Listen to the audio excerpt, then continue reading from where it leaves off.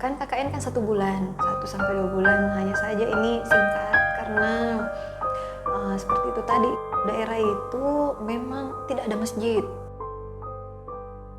Kan saya tinggal di suatu rumah kayu ini.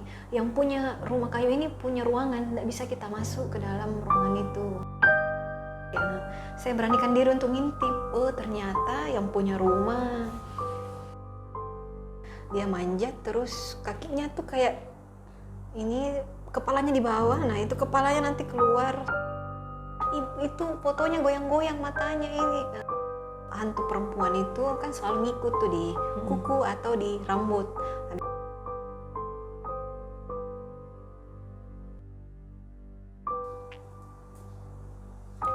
Assalamualaikum warahmatullahi wabarakatuh. Kembali di channel Sudah Malam bersama saya Amin Indita. Seperti biasanya di channel Sudah Malam ini kita akan menghadirkan teman-teman atau juga narasumber yang akan berbagi ceritanya, pengalaman mistisnya, dan kita juga bisa membahas mengenai mitos atau apapun yang beredar di masyarakat luas seperti itu. Nah, kali ini saya sudah kedatangan bintang tamu atau narasumber yang juga sama-sama bekerja di dunia seni. Langsung saja kita sapa. Di sini ada Mbak Putri. Iya, apa kabar Mbak Putri? Alhamdulillah sehat, Kak. Sehat ya, agak serak ya. Iya, biasa lagi musim hujan. Nah, katanya Mbak Putri ini juga punya banyak kelebihan, tapi nanti kita bahas, kita tahan dulu. Mbak Putri ini sekarang kesibukannya apa? Saya kerja di salah satu perusahaan swasta yang ada di Makassar. Kemudian yang kedua, saya sering ikut syuting juga, Kak. Aktris ya, Iya. model juga katanya. Iya, model. Udah kelihatan kan dari tampangnya gitu ya Mbak Putri. Nah, Mbak Putri ini akan menceritakan macam-macam pengalamannya, banyak pengalamannya ya Mbak Putri. Tapi sebelumnya bagaimana kalau biar kita relax, kita ngopi dulu bentar ya. Ini ada kopi dari Kopi Tawa. Tas dulu dong. Cus. Bismillah. Bismillah. Makasih ya Kopi Tawa sudah mensponsori podcast Sudah. ini. Nah, buat teman-teman juga yang atau Mbak Putri kalau mau menikmati Kopi Tawa ini bisa datang ke apa ya namanya, kafenya ya. Dia ada 2 cabang. Yang pertama ada di Jalan Pendidikan dan juga ada di Kancil Utara. Nanti kita taruh alamatnya di sini. Oke, kita lanjut. Sudah minum kopi, kita lanjut ke cerita dari Mbak Putri. Silahkan Mbak Putri. Oke, baik. Terima kasih, Kak. Jadi beberapa pengalaman saya. Yang pertama itu saya bisa melihat makhluk-makhluk ya yang tidak kasat mata. Kemudian yang kedua, saya bisa berinteraksi dengan dia. Nah, itu dimulai dari masih kecil. Jadi diawali dari adik saya pertamanya sakit, kemudian sembuh, nah pindah lagi ke saya. Nah, itu ada memakan berapa tahun ya, ada 4-7 tahun. Kemudian waktu saya sakit itu, saya melihat pertama adalah kakek saya dulu. Nah, kakek saya ini meninggal waktu saya belum lahir. Nah, dimulai dari situ lah pokoknya. Setelah itu singkat cerita, nah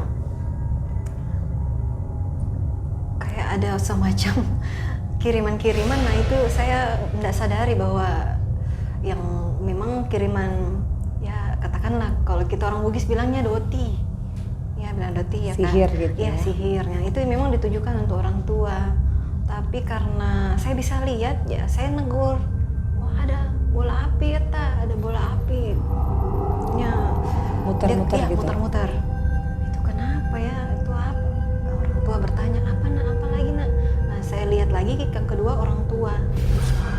Orang tua yang bisa kayang jalan putih, tapi semua putih-putih, mata, bola mata hitamnya jadi putih, rambutnya putih, kulitnya putih, kukunya panjang segini.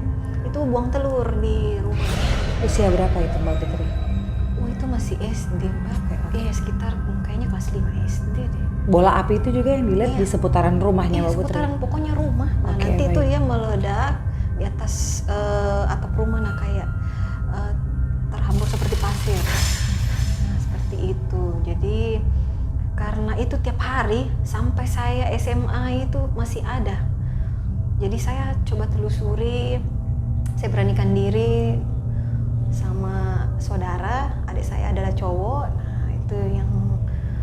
bikin saya penasaran ini dari mana sih. Jadi saya pergi nginap ke rumah tetangga. Kemudian pas malam setiap kan jam 2 rutin itu setiap jam 2 tengah malam. Saya lihat oh asalnya dari sini. Memang ada rumah dukun yang dipercaya di kampung itu, katanya memang ada 4 orang yang suruh. Nah katanya dari sana. Nah singkat cerita ya saya sebutlah nama yang saya kira-kira curiga, karena hanya orang itu yang kayaknya tidak serak dengan orang tua saya. Jadi ya, alhamdulillah setelah saya sebut itu dari bulan ke bulan ya meninggal satu persatu termasuk dukunnya. Seperti itu. Dan semenjak itu karena saya sudah SMA, sudah harus melanjutkan pendidikan di kota, saya ajak orang tua bahwa ayo kita tinggal sama di usah di kampung lagi, karena itu yang saya khawatirkan Kak, jangan sampai ada sesuatu yang saya jauh saya tidak bisa lihat orang tua, nggak bisa ngejaga bantu juga gitu ya. Oke baik, berarti tadi yang dicurigai Mbak Putri ini ada 4 orang yang mungkin kurang senang dan mengirimkan hal-hal tidak baik itu ke keluarga Mbak Putri.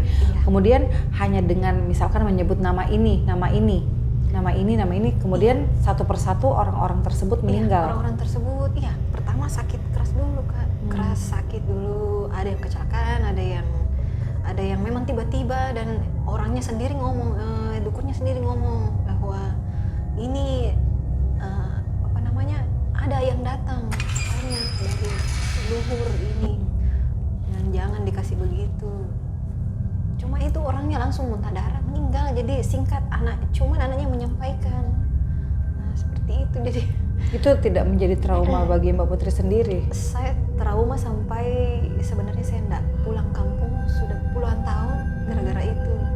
Saya enggak mau ingat-ingat itu lagi, makanya orang tua kalaupun mau ke sana ya pasti kita debat dulu, enggak usah jangan, kenapa lagi mau ke sana ya seperti itu. Karena itu yang ditakutkan ya Mbak Putri. Oke baik, akhirnya hijrah ke Makassar.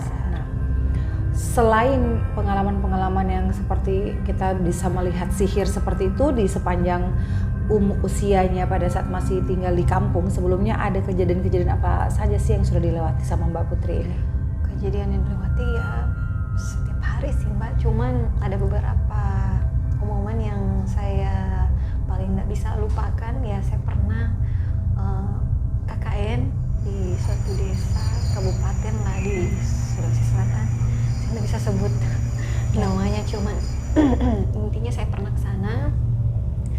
Kan KKN kan 1 bulan, 1 sampai 2 bulan, hanya saja ini singkat karena seperti itu tadi, daerah itu memang tidak ada masjid. Pertama tidak ada masjid, rumah kayu. Terus di sana kebiasaannya mereka itu nanti melakukan aktivitas itu di malam hari. Nah cuman anehnya kan saya tinggal di suatu rumah kayu ini. Yang punya rumah kayu ini punya ruangan, tidak bisa kita masuk ke dalam ruangan itu. Nah ruangannya itu ada kayak bolong di atas. Nah saya selalu kayak gelisah jam 2 kenapa ya, kayak ada yang ya namanya rumah kayu ya Kak, kalau jalan pasti bunyi. Nah ini jalan pas sampai di depan kamar itu, nah sudah berhenti, tidak ada lagi. Atau kan namanya orang kalau masuk ke ruangan ya harusnya balik lagi keluar, ini enggak. Nah saya tunggu sampai subuh sampai pagi enggak balik-balik. Nah saya beranikan diri untuk ngintip, oh ternyata yang punya rumah yang punya rumah itu jadi dia gantung dulu dirinya, jadi ada kan tiang begini, dia manjat terus kakinya tuh kayak ini, kepalanya di bawah. Nah itu kepalanya nanti keluar sampai sisi dalamnya, terbang cari makan. Nah saya coba dengar apa itu kayak kalau lagi seruput kopi, nah saya dengar seruput got. Itu kayak apa ya, manusia jadi-jadian gitu maksudnya? Apa kayak parakan? Apa sih namanya, orang Bugis bilang kita popo apa, leak. Jadi apa itu di malam-malam tertentu gitu? Selalunya itu Kak, kalau saya perhatikan kan saya di sana cuma 1 minggu, saya nggak tahan. Hari Rabu, malam Jumat, sama malam Senin.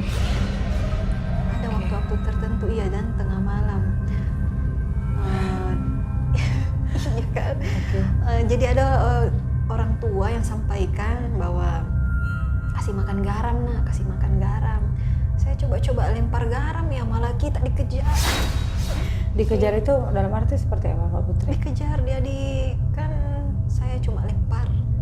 Ada bolongan itu dalam rumah kayu itu.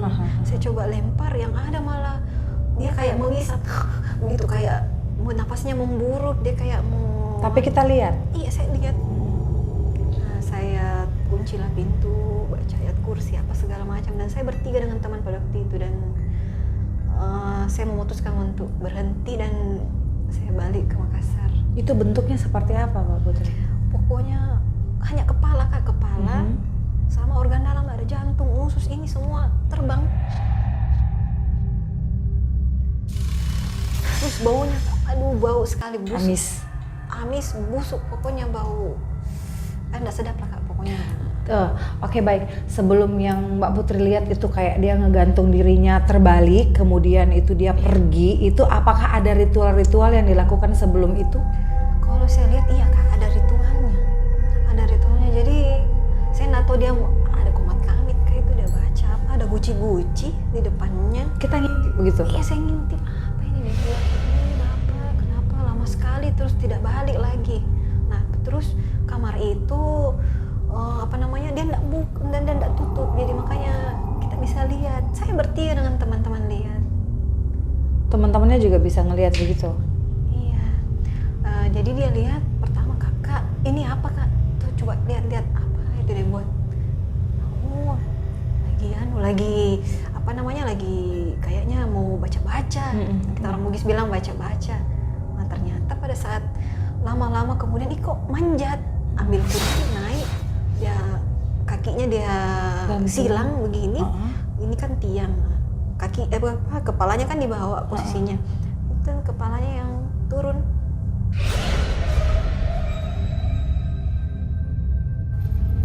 Keluar, kepalanya perlahan-lahan dengan isi-isinya keluar, langsung terbang. Kalau itu sebenarnya termasuk apa sih? Termasuk ilmu sihir juga sih itu? Itu kayaknya ilmu atau kutukan deh Kak, semacam kayak seperti itu. Dan memang itu konon katanya ini keturunan. Jadi mereka tidak bisa meninggal kalau tidak memberikan ilmu itu ke keturunan selanjutnya, dan itu juga dipilih. Oke. Iya. Tapi misalkan kalau nggak ada yang mau nerima itu gimana jadinya? Nah, katanya sih yang punya ilmu ini akan susah meninggal, sakaratul mautnya itu.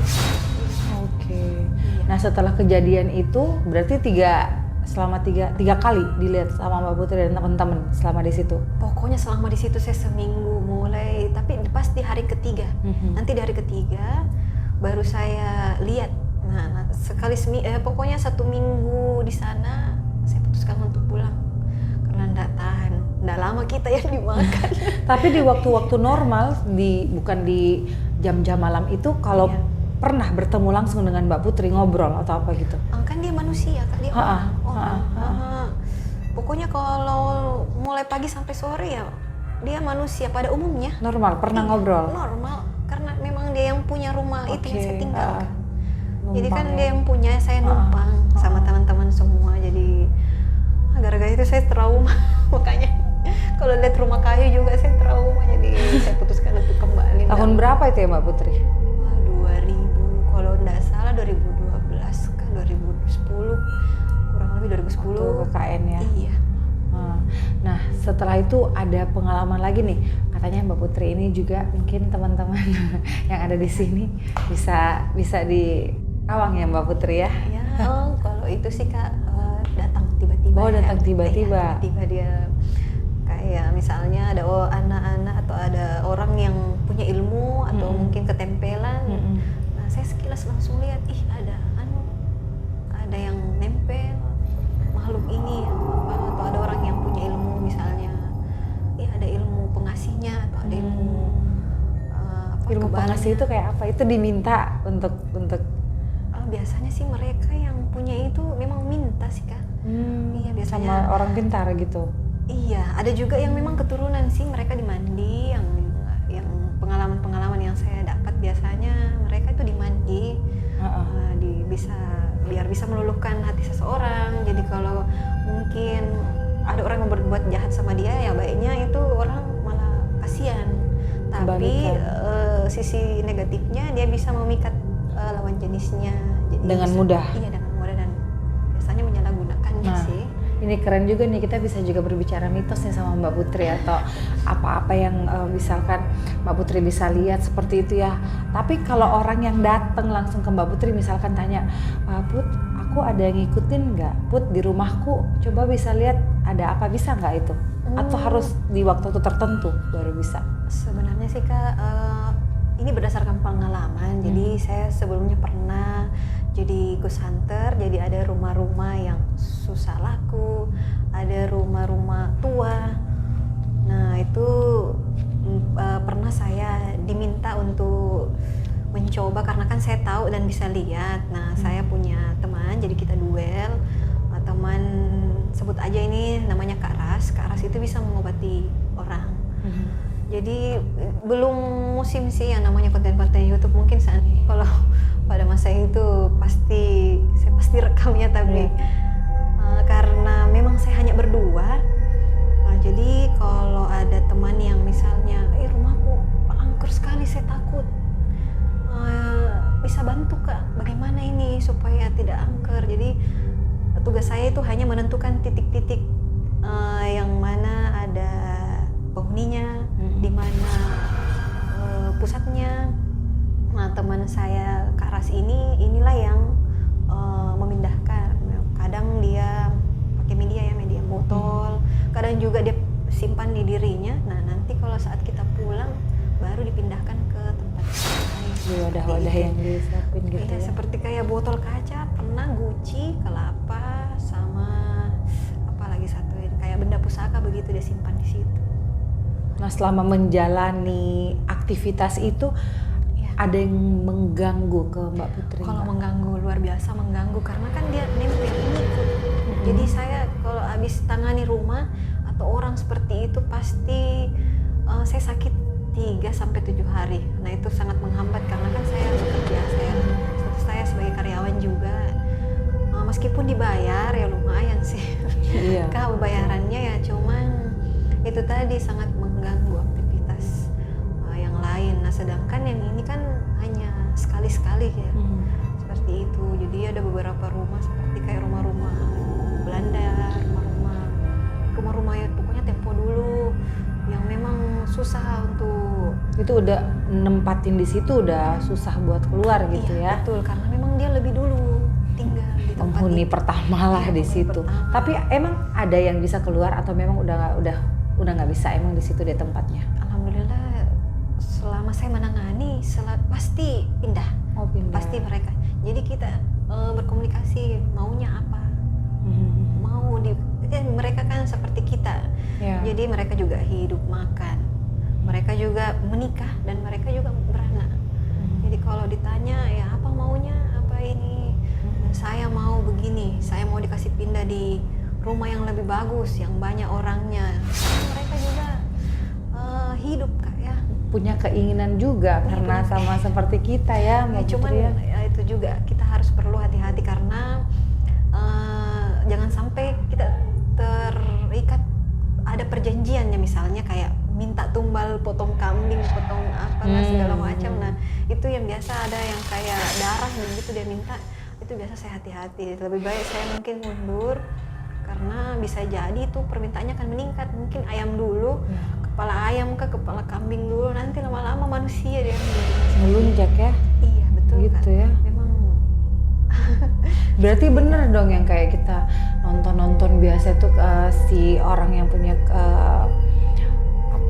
punya kelebihan ini dia bisa mengajak ngobrol si makhluk-makhluk ini gitu ya. Atau pernah nggak ada orang yang mereka itu bercerita ke Mbak Putri tentang kehidupannya mereka seperti itu? Iya, jadi rata-rata mereka pasti saya tanya dulu kenapa bisa jadi seperti ini. Nah mereka pasti bicara, saya jatuh di sumur, terus mayatku tidak ditemukan dan sampai sampai tahun ke tahun akhirnya kan mayat tersebut mungkin menyatu dengan tanah, alam, dengan air yang ada di situ. Jadi itu tadi pasti dia karena nggak sampai ke atas jadi Di situ-situ aja ya dia nyawanya ya. tuh anehnya tergantung. Gitu. Nah, ada cerita yang sedih atau tragis nggak yang pernah Wah, orang-orang itu sampaikan ke Mbak Putri? kebanyakan Kak tragis ya. Jadi kayak mungkin pada saat zaman waktu perang gerilya dulu juga mereka banyak yang ada, kalau perempuan rata-rata itu kayak diperkosa terus dibunuh. Atau mungkin karena persaingan bisnis orang tuanya pada zaman itu, jadi orang tuanya bukan orang tuanya yang dibunuh, malah anaknya yang diculik terus dipotong-potong malah. Iya, ada yang dibuang di sumur, ada yang memang dibuang di laut. Jadi banyak Kak, macam-macam, dan memang makhluk seperti itu lebih banyak jumlahnya daripada kita sebenarnya sebagai manusia. Ya di mana-mana ada.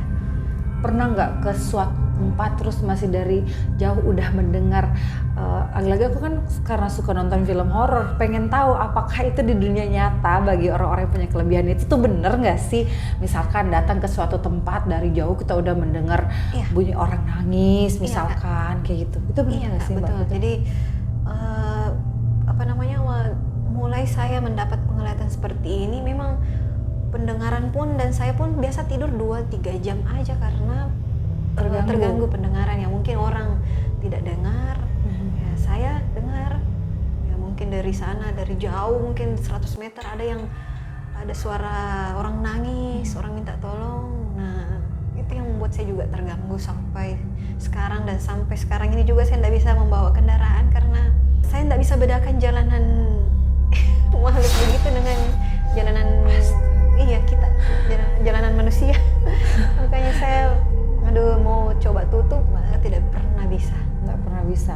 Oke, baik, itu kalau ke makhluknya, ke mereka. Kalau ke suatu benda, apakah Mbak Putri juga bisa melihat bahwa di benda-benda ini ada sesuatu yang tidak baik di dalamnya seperti itu? Bisa. Jadi kan benda tersebut pasti memberikan kayak aura negatifnya ya, baru dilihat aja, ada itu isinya itu. Termasuk lukisan Kak. Jadi mereka itu jin itu pasti juga masuk di foto. Makanya kalau saya di rumah, saya memilih tidak memasang foto.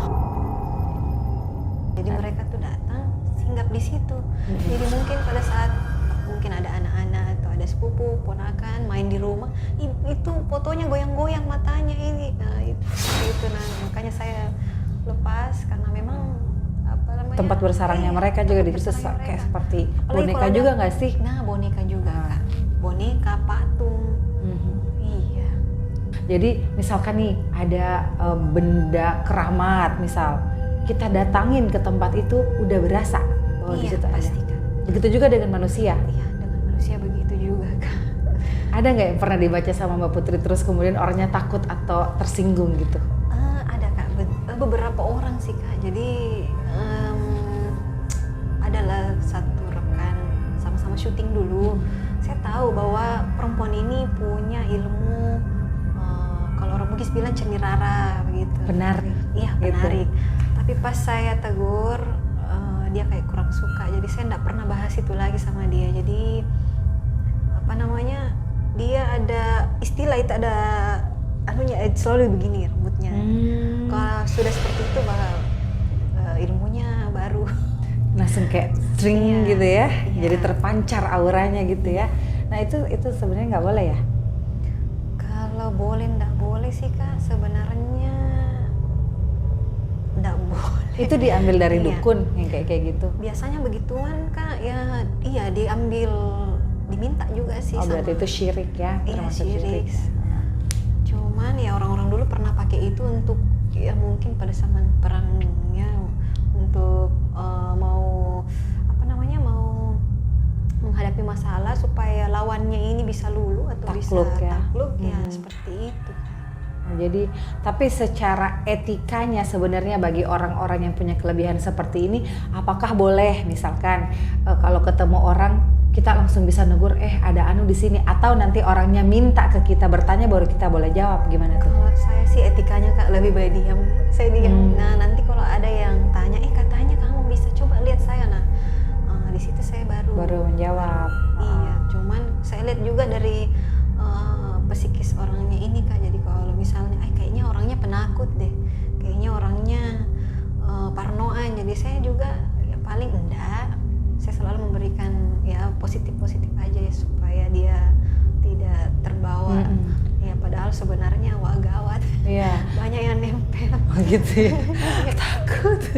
Berarti di antara kelebihan-kelebihan ini Mbak Putri juga bisa kayak melihat psikis dari si orang-orang yang ada di sekitar ini, menganalisa orang ini seperti apa, terus mau menyampaikannya juga hati-hati karena takutnya Iya, itu tadi takutnya ya. malah ya. Kepikiran, overthinking Mbak, jadi nggak bisa tidur malah nanti ya. Iya, betul. Oke, baik.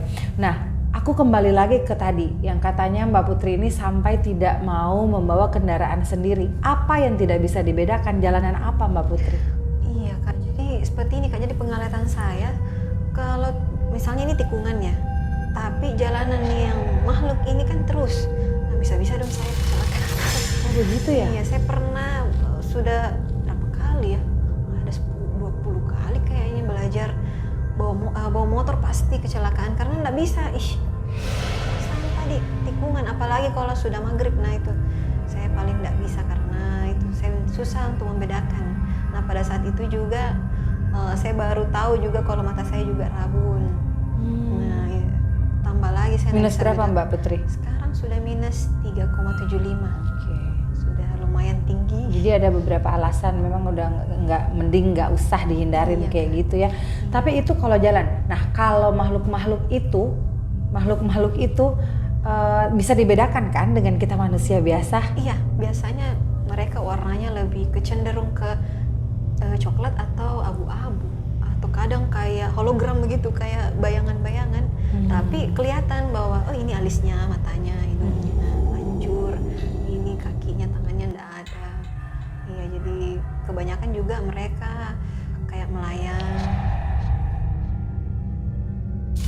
Kayaknya sih lebih tergantung juga Kak, kadang kayak berupa angin, kadang juga dia panas, kadang seperti apa namanya kayak rumahnya kayak bau melati, ada juga yang bau kayak kabel listrik terbakar, nah kayak Ya, begitu. angus ada juga. gitu ya, Iya, bau bau gosong. angus. Iya, macam-macam. Beda-beda ya baunya ya, seperti itu.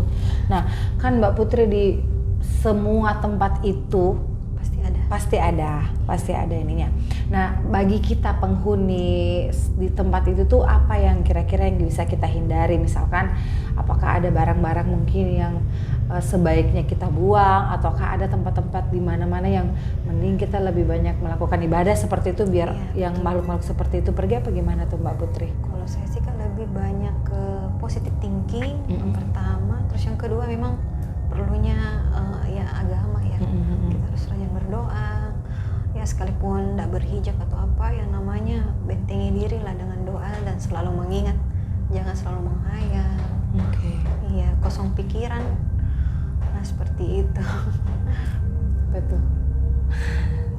Seperti itu ya Mbak Putri ya. Jadi di semua tempat itu pasti ada ya seperti itu ya. Cuman dari kita sendiri menjaga diri seperti apa. Nah sekarang di usia yang udah dewasa ini, tadi kan udah cerita pengalaman KKN-nya, kemudian pengalaman-pengalaman bagaimana kalau ketemu orang atau melihat benda-benda yang ada isinya seperti itu. Nah ada nggak kejadian-kejadian akhir-akhir ini yang membuat Mbak Putri juga semakin tahu bahwa oh kita itu memang hidup berdampingan ya, tapi ada kalau mereka itu begini seperti itu? Kalau saya Kak selama ini selalu kalau datang ke suatu tempat, mau rumah, mau tempat wisata, mau apapun itu, pasti penghuninya menampakkan diri di awal.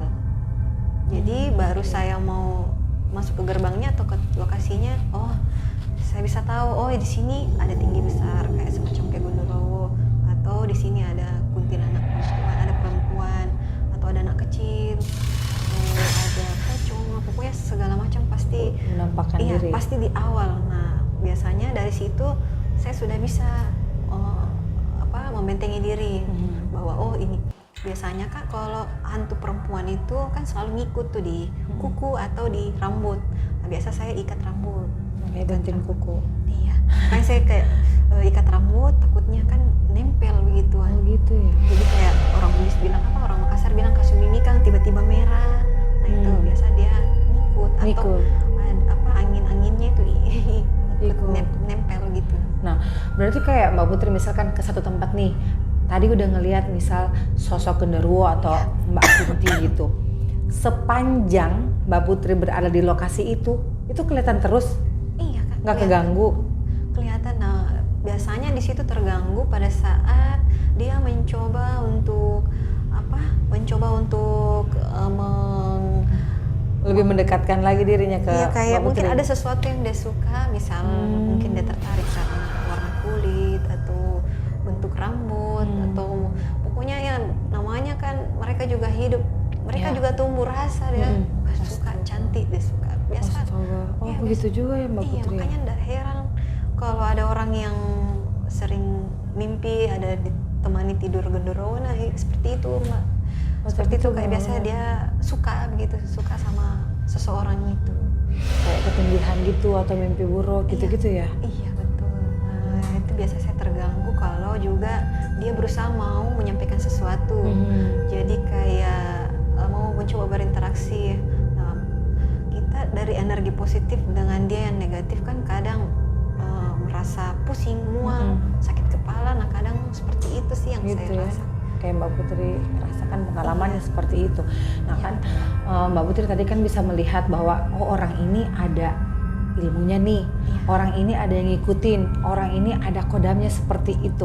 Biasanya kayak katakanlah kodam yang atau yang nempel di diri manusia itu apakah dicari sendiri ataukah memang dia nempel begitu aja atau gimana tuh Mbak Putri? Jadi kalau untuk kodam itu Kak kan ada 3. Memang dari bawaan leluhur atau memang alam ataupun jin itu memang suka sama sama orang tersebut. Jadi makanya dia nyaman di tempat itu, di tubuhnya, makanya dia nempel. Tapi Mbak Putri bisa bedain yang mana karena alam, yang mana karena keturunan, yang mana karena mau diganggu aja? Insya Allah bisa, karena biasanya sih mereka kalau muncul Kak atau saya bertemu dengan orang yang ada begitunya ya biasanya dia langsung bicara, langsung komunikasi. Oh jadi misalkan aku nih punya nih, jadi orang yang di sama saya ini udah secara otomatis ngobrol sama Mbak Putri, iya. tapi secara apa, batin? Iya. Oh gitu ya. Secara batin. Jadi kan kadang ada orang yang ngobrol batin harus diam dulu. Nah, jadi tergantung orang Kak. Nah kalau saya sambil begini pun ya saya lihat dan saya akan tahu bahwa oh asalnya dari sini. Oh dari mungkin logat bicaranya ya saya pasti tahu. Orang mana gitu, apa iya, gitu. dari mana? Oh ternyata dari Bapak. Keren banget. Mbak Putri terima kasih banget sudah mau berbagi ceritanya bersama kita di sini. Jadi lebih banyak tahu lagi nih saya kelebihan atau kekurangan itu tergantung bagaimana orang mau memandangnya ya. Tapi bagaimana kita bijak menghadapinya. Betul. Bisa jadi kadang itu menjadi kekurangan, bisa jadi kelebihan juga ya Mbak Putri. Iya. Semangat Mbak Putri. Oke baik, itulah tadi saya sudah bersama Mbak Putri menceritakan pengalaman-pengalamannya seperti itu. Tadi saya di depan udah lupa juga nih mau ngingetin ke teman-teman yang juga pengen berbagi ceritanya bersama kita di sini. Silahkan komentar di kolom komentar video-video kami yang sudah tayang di channel Sudah Malam Official. Nanti kita akan berjumpa lagi di episode lainnya bersama narasumber yang tentunya ceritanya juga lebih menarik. Oke, saatnya saya Amin Nindita pamit undur diri bersama Mbak Putri. Ya, Assalamualaikum warahmatullahi wabarakatuh. Kita ngopi lagi.